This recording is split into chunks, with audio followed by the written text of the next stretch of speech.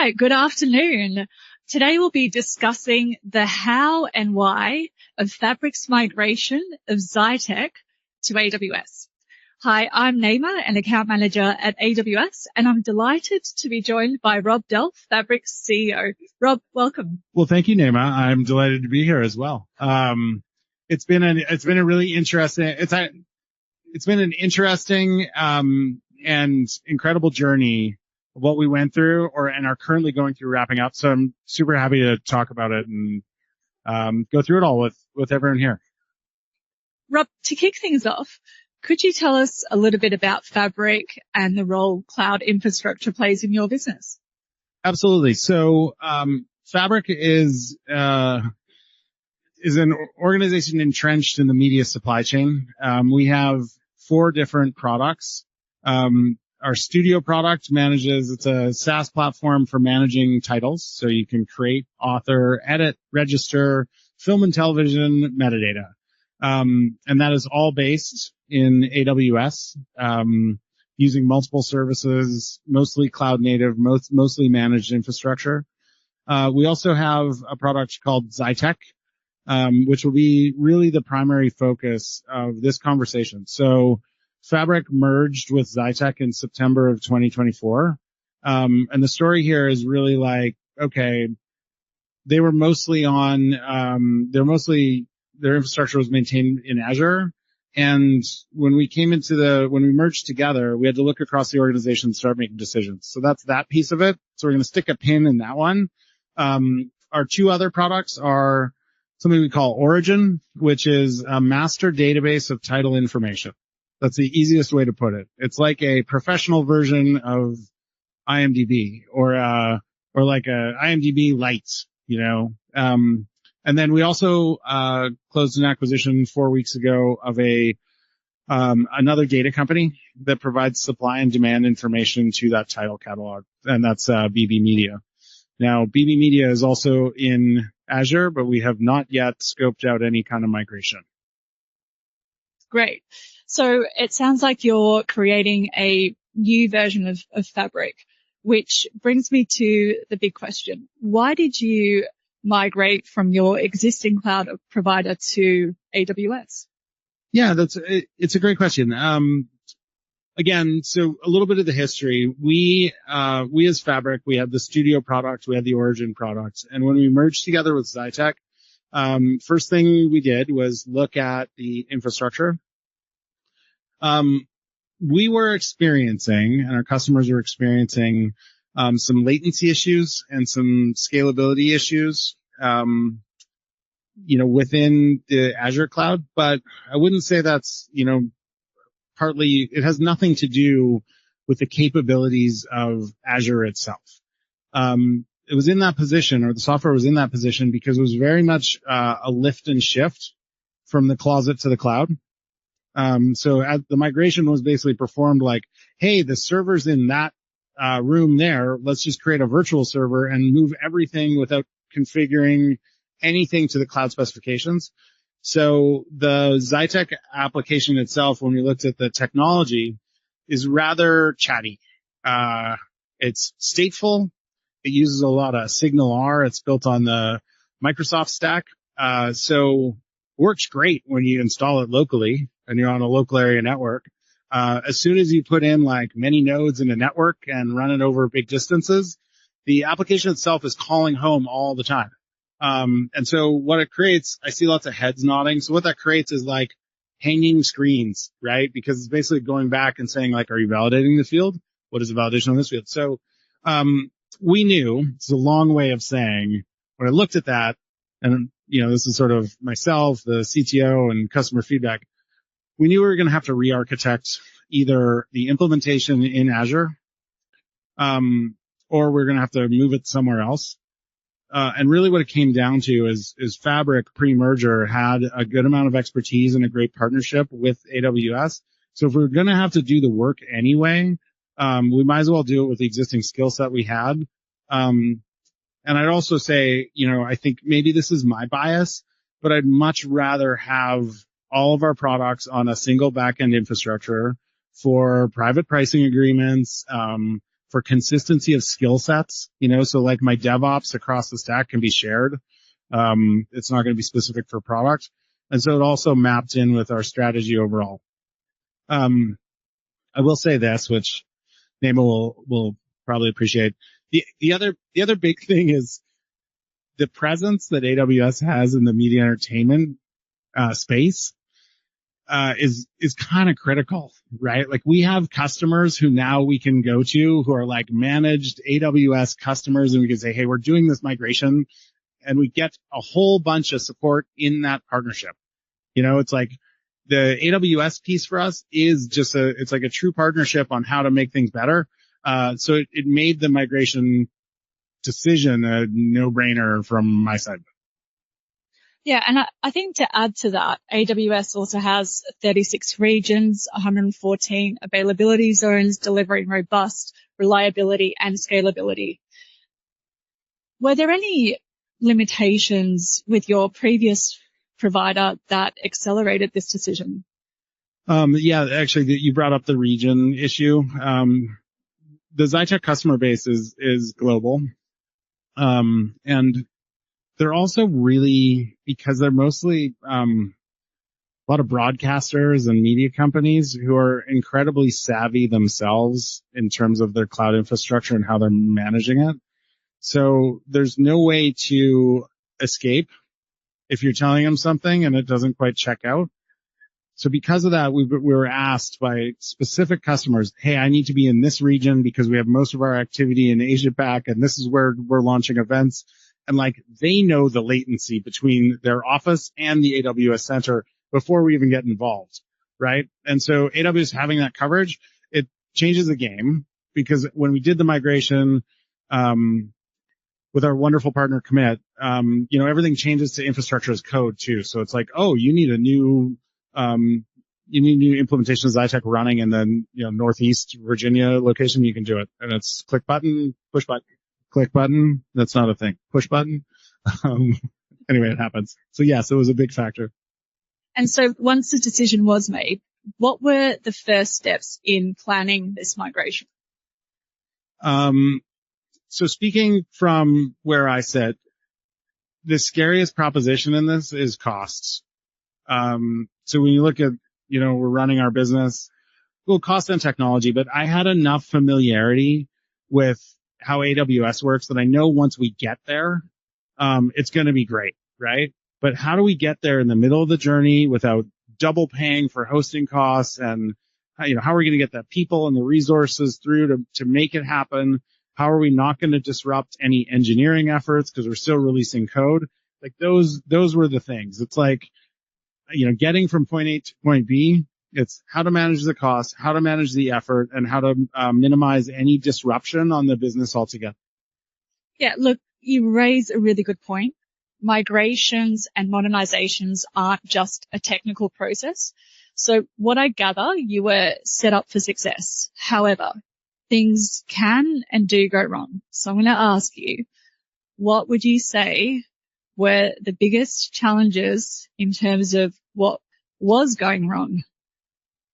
What was going on prior, or what was going on during the migration? The biggest problem that went on is we found some boogeymen in the existing technology stack that we were not prepared for. We realized we were doing authentication with local Active Directory that we were hosting centrally. So trying to figure out how to remove that without development effort, that was tricky. So I guess the challenge for us is we found some bad practices that we were doing. It shined some lights on like our infrastructure altogether. And then we had to like engineer and architect around it. But the end result was great because like, I don't think we necessarily would have known that was happening, until we got into the migration. So it's also given us like the lemonade story is it's given us an opportunity to actually clean it up. Okay. So we've discussed why you decided to migrate, the support you received.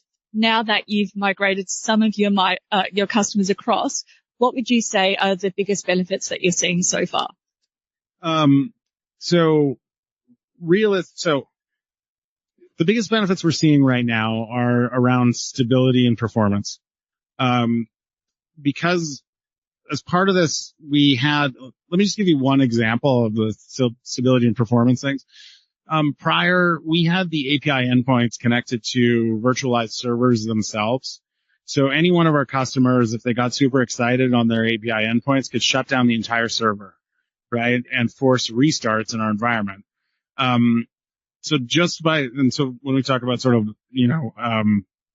stability, the migration over there, of course, we implemented, elastic load balancers, API gateways.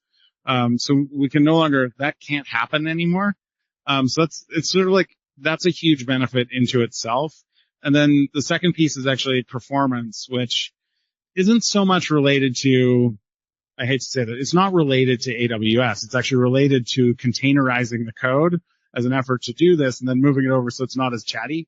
So we knew that the migration wasn't a silver bullet for all things, but it has certainly improved the stability questions because we're using the managed infrastructure in AWS. And then the other thing is it's improved our ability to deploy applications. So previous world, you can open up a Jira ticket that says, hey, I need a new environment in this region, and 6 weeks later it would be done and hand-rolled and probably different than all the other ones. And today it will be done within a day and exactly to our specifications. So building on operational efficiencies, environment standardizations, what key advice would you give to other companies that are planning a similar migration path? I think when you factor in the costs, right, because it's always going to come down to like, oh my gosh, I got to move this over, even with the map programs, and you can kind of like make it, I guess, expense-free model if you do everything correctly. My advice would be to factor in some of the operational overhead it takes if your infrastructure is different between deployments. Because it's been shocking to us to see the molasses that it puts into our QA teams and our support teams and our engineering teams when trying to troubleshoot a bug, right? Something comes in and it's like, okay, I'm trying to replicate this, and this customer's environment is totally different than this customer's environment. The specifications of the servers are different. So how do I know that the code's not performant on this one and performant on this one? And what are the reasons why? Is it a memory problem? Is it an IO problem? Like, what is it? Because the infrastructure could be across the map. And that actually adds in a lot of operational overhead. So when you're doing the CBA on whether or not to do it, it's like that was something that came out of, like seeing the outcome and then realizing, oh, wait a second, everyone has more time because they're not spending it chasing down what are the differences between a dev and staging and production environment, which we were doing before, and a lot of work on it. Yeah, so some of the things you've mentioned there was MAP, which is the AWS Migration Acceleration Program. There's also the private pricing agreement. So these are all platforms available from AWS to support, our customers like Fabric in these migration processes. Now, before we open up for Q&A, are there any final thoughts you can share about the vision that you see that will shape Fabric Xytech after this migration is completed? So this morning we had a session that was all about the future of Fabric. And we've done some acquisitions and we're bringing different product pieces together. The migration to a single cloud partner, in this process means that we can do things better, faster, and cheaper from bringing solutions to market. And I don't mean that as lip service. It's like, hey, we need to do an integration. Okay, we're all in one zone. Or, hey, we're going to try out some things with Bedrock. Okay, I don't have to do like cross-cloud authentication just to run a POC. That coupled with really, buying into or, educating the AWS channel partners and such on what we're offering, it really becomes this sort of like powerful business multiplier in our books, that we're already seeing some of the rewards of. So it's been great so far. Yeah, thank you for the great insights, Rob. So Absolutely. We're going to open it up for Q&A. If you have any questions that are specific to AWS, we have a large area by the entrance where we have our solution architects, experts. We also have an Amazon Nova booth to the right, so I encourage you to visit those. But if we can direct the questions towards the migration and Fabric, that would be great. Can you tell us a little bit about how your customers reacted to the migration if they were in the mix? That's a really interesting and good question. Our customer base was heavily invested in the AWS ecosystem, primarily because of AWS's own investments into media and entertainment. We're talking, most of our customers, for those who you don't know, Fabric is, it's, kind of like the largest studios, broadcasters, distributors. So you probably know who they are. Every single one of them is a managed, not every single one of our customers, but 80% of our customers it's like a managed AWS account. And the short answer to your question is that our customers were like, hallelujah, because they can do all kinds of, the way that I had described in the previous question, the benefits of being on a single cloud platform, they now can do the same things, right? They don't have to figure out if their corporate policy allows them to work with Microsoft, because in some cases it doesn't, right? And we were kind of hiding behind it's not really here, but that kind of thing. But yeah, just the support. So that in general, we've had exactly zero pushback and a whole lot of happiness. Anyone else?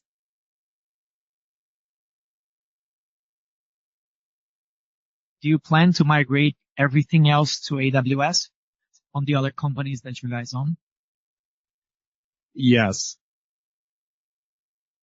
So is this specific to the recent acquisition that was announced with BB Media? Yeah, I may not have announced that to BB Media yet. So, that's not true. They know. In fact, so the BB Media team is running on Azure plus a couple smaller providers. They're based down in Buenos Aires in Argentina. And we've already actually started. So they have a massive data set, that we want to start training some models on. So they're already working through our partnership with AWS. They're already working with the Bedrock team to actually start to ingest that. We will migrate them all over time, as it makes sense. Because right now they've got sort of pieces of every cloud provider going on. So we're going to move it over and, really get them into the fold. Yes, absolutely. Yeah, I think the best part of that is that they are based in Argentina, and we're already planning our offsite there, with Commit, AWS, and Fabric. We are? Yes. Okay. I'm in. I like it. Yep. If that's everything, I'd like to thank you all for joining today, and please help me to thank Rob Delf for his wonderful insights. And I'd like to thank Naima for having me here.